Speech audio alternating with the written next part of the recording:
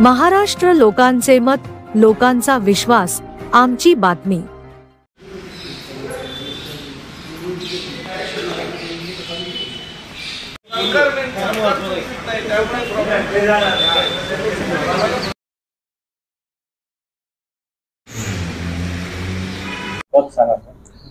Me Ranjan Dani, national federation of telecom employees ही BSNL मधल्या कामगारांची मान्यताप्राप्त संघटना आहे। त्या संघटनेचा मी महाराष्ट्राचा सेक्रेटरी आहे। सर, आज जे अधिवेशन संपन्न झालेले आहे याबाबत माहिती द्या। काल आणि आज 2 दिवस छत्रपती संभाजीनगरमध्ये महाराष्ट्र आणि गोवा असं मिळून जे आमचं एक परिमंडळ आहे त्या परिमंडळाची अधिवेशन या ठिकाणी संभाजीनगरला संपन्न झालं। हे अधिवेशनासाठी संपूर्ण महाराष्ट्रातून जवळपास 100 प्रतिनिधी त्या ठिकाणी आलेले होते आणि आज या अधिवेशनाचं खुले सत्र हे संपन्न झालं।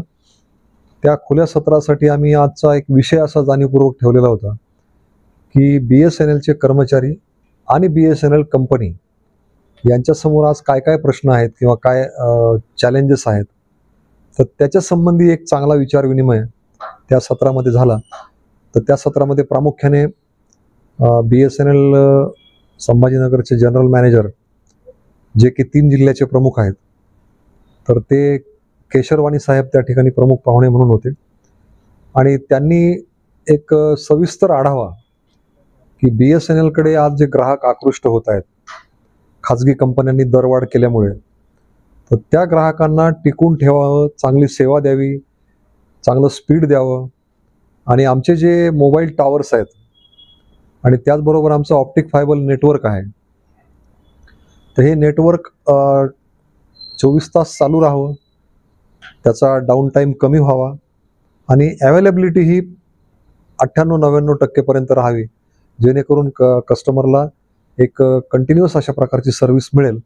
यासाठी जे काही प्रयत्न केले जात आहेत ते प्रयत्न त्यांनी त्याचा आढावा घेतला आणि संघटना आणि व्यवस्थापन असं दोन्ही मिळून BSNL कंपनीला पूर्वीचे जे चांगले दिवस होते ते दिवस पुन्हा यावेत आणि ग्राहकांना महागडी सेवा जी घ्यावी लागते खाजगी कंपन्यांची त्यापासून ग्राहकांची सुटका व्हावी आणि एक सरकारी कंपनीकडे ग्राहक जास्तीत जास्त यावेत असा प्रयत्न, ही भूमिका त्यांनी मांडली। त्यानंतर त्या सत्रामध्ये आमचे ऑल इंडियाचे जे नेते आहेत ते कॉम्रेड चंदेश्वर सिंग आहेत, ते पाटण्यावरून खास या अधिवेशनासाठी आलेले होते आणि ते आमच्या संघटनेचे जनरल सेक्रेटरी आहेत। त्याचबरोबर BSNL मध्ये जेवढ्या काही संघटना आहेत कर्मचारी आणि अधिकाऱ्यांच्या, त्या संघटनांचा एक प्लॅटफॉर्म आहे, त्या प्लॅटफॉर्मचं नाव आहे all union association of BSNL। तर त्या प्लॅटफॉर्मचे म्हणजे सर्व संघटनांच्या कृती समितीचे ते चेअरमन आहेत।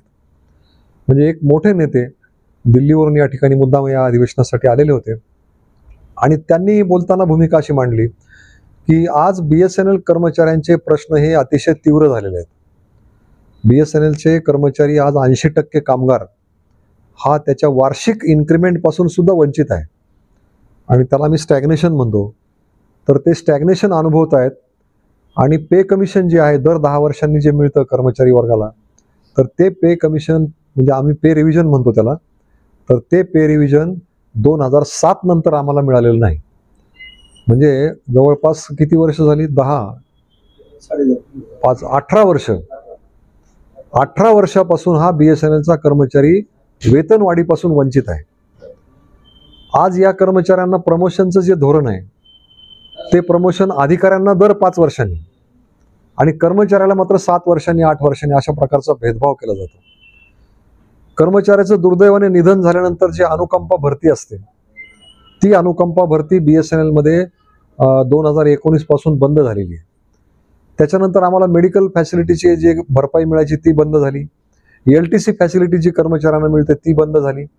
अशा प्रकारे आमचे फेस्टिवल ॲडव्हान्स जो मिळतो कर्ज रूपाने तो बंद झाला। तर कर्मचाऱ्यांच्या समस्या सुटत नाहीत, हे फार मोठं आव्हान आज आमच्या समोर आहे। त्यामुळे एका बाजूला हा कर्मचारी फ्रस्ट्रेटेड आहे, डिमोटिवेटेड आहे, असंतुष्ट आहे, पण असं असलं तरी BSNL कंपनी चालली पाहिजे, टिकली पाहिजे, वाढली पाहिजे, यासाठी मात्र तो प्रामाणिकपणे कष्ट करतोय, काम करतोय आणि BSNLच्या वाढीसाठी तो भूमिका बजावतोय. हे मला असं वाटतं की फार महत्त्वाची गोष्ट आहे. आपल्याला माहिती आहे कोरोना काळामध्ये खाजगी कंपन्यांची काय अवस्था होती. जिथे कोविड सेंटर आहे, ज्या कोविड सेंटरला माणूस जाण्याचं धाडस करत नव्हता, त्या कोविड सेंटरला आमचे लाईनमन, आमचे अधिकारी कर्मचारी जाऊन त्यांनी इंटरनेट कनेक्शन दिलं, कनेक्टिव्हिटी दिली, सरकारचा आणि त्या यंत्रणांचा समन्वय घडवून आणला. हे फार महत्त्वाची भूमिका केलेली आहे. नैसर्गिक संकट आलं तिथे BSNL असतं. पूर आला, वादळ आलं, महापूर आला, ग्रामीण भागामध्ये इंटेरियरला जिथे गावामध्ये कव्हरेज नाही तिथे BSNLचं कव्हरेज असतं. त्यामुळे BSNL ही कंपनी सरकारची, देशाची आणि समाजाची सेवा करणारी कंपनी आहे. म्हणून या कंपनीच्या प्रती आमची बांधिलकी आहे आणि आमच्या प्रश्नासाठी मात्र आम्ही निश्चितपणाने लढणार. आम्हाला पे रिव्हिजन मिळालेलं नाही, आमच्या कर्मचाऱ्यांची पेन्शन रिवाईज झालेली नाही, आमचं कुठलंही हॉस्पिटल जे कर्मचाऱ्यांना मिळती सुविधा कॅशलेस हॉस्पिटल ती सुविधाही बंद झालेली. आणि आज परिस्थिती अशी 80,000 लोक VRS घेऊन गेले BSNLचे. सरकारने 2020 मध्ये स्कीम आणली. ते 80,000 लोकांच्या जागेवर नवीन माणसं कुणीही भरलेली नाही. त्यामुळे फार मोठी मॅनपॉवर आज आमची कमी झालेली. आज सगळे अधिकारी कर्मचारी मिळून केवळ 60,000 लोक या कंपनीमध्ये आहेत. म्हणजे जे पूर्वी 4 लाख कर्मचारी असायचे ती संख्या आज 60,000वर आली. मग काम कोणाला देतात? सगळे कामं आउटसोर्सिंग केलेले आहेत. केबल टाकणे, मेंटेन करणे, टॉवर मेंटेन करणे, फायबरचा फॉल्ट काढणे, नवीन कनेक्शन देणे, ग्राहक सेवा केंद्र चालवणे, या सगळ्या सेवा प्रायव्हेट कॉन्ट्रॅक्टरकडे दिलेल्या आहेत. त्यामुळे त्या सेवेचा दर्जा म्हणावा तसा राखला जात नाही. आणि आमचा आग्रह आहे की या सेवा कर्मचाऱ्यांमार्फत चालवल्या जाव्यात, त्यांना योग्य ते प्रशिक्षण दिलं जावं आणि आवश्यक तिथे कर्मचाऱ्यांची भरती केली जावी. या प्रश्नांना घेऊन आमची संघटना सर्व संघटनांना बरोबर घेऊन संघर्षाच्या पवित्र्यामध्ये आहे. हे या अधिवेशनामध्ये महत्त्वाची गोष्ट अधोरेखित झाली. महत्त्वाचे काही निर्णय झाले का या अधिवेशनामध्ये? हेच महत्त्वाचे निर्णय झाले की 4Gची जी सेवा आहे, आता BSNLने 4G चालू केलेली आहे. खाजगी कंपन्या 5G कडे जात आहेत, पण आमची 4G सेवा सुरू झाली. अनेक टावर्स त्या ठिकाणी BTS उभ्या केले गेले. जवळपास ऑल इंडियामध्ये मला वाटतं 1 लाख BTS हे 4Gचे त्या ठिकाणी उभे केलेले आहेत. महाराष्ट्रामध्ये सुद्धा मला वाटतं 3,000च्या वरती BTS चालू झालेले आहेत. आपल्या संभाजीनगर जिल्ह्यामध्ये 300-350 4Gचे BTS चालू झालेले आहेत. परंतु अजूनही ती सेवा स्टेबल होत नाही. म्हणजे कॉल लागला तर मध्ये कटतो किंवा आवाज जात नाही. तर असे जे काही छोटे छोटे प्रश्न आहेत, तर ते प्रश्न जे ग्राहकांना अडचणीचे ठरतात